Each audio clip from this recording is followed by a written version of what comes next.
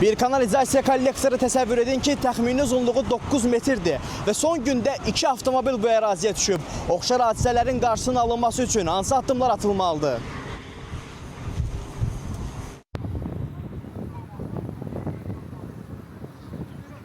Düşünürüm tikinti ərazisində əlavə təhlükəsizlik tədbirlər görülməsinə ehtiyac var və xüsusən əgər 9 metrəyə qədər olan bir quyu olan ərazidə beton nücerslərin qoyulması daha məntiqli olar və nişanların sayının artırılması və bu quyulara doğru olan yollarda sürəti azaldan elementlər qurulmasına ehtiyac var ki, sürücü məcburi sürətini azaldıb da bu ərazidən keçsin.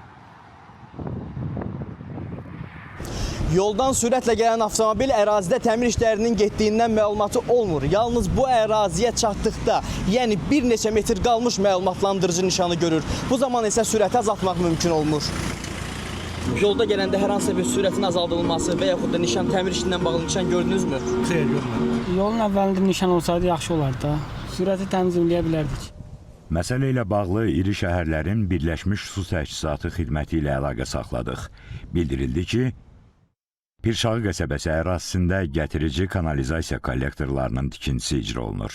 Tikinti aparılan ərazidə bütün zəruri təhlükəsizlik tədbirləri görülüb. Tikinti sahəsi mühafizə zolaqları və xəbərdarlıq nişanları ilə təmin edilib. Mütəxəssislər oxşar hadisələrin təkrarlanmaması üçün qabaqlayıcı tədbirlərin vacibliyini vurğulayırlar. Vüqar Alışov, Rüstəm Abdullayev, Elnur Orucov, ATV Xəbər.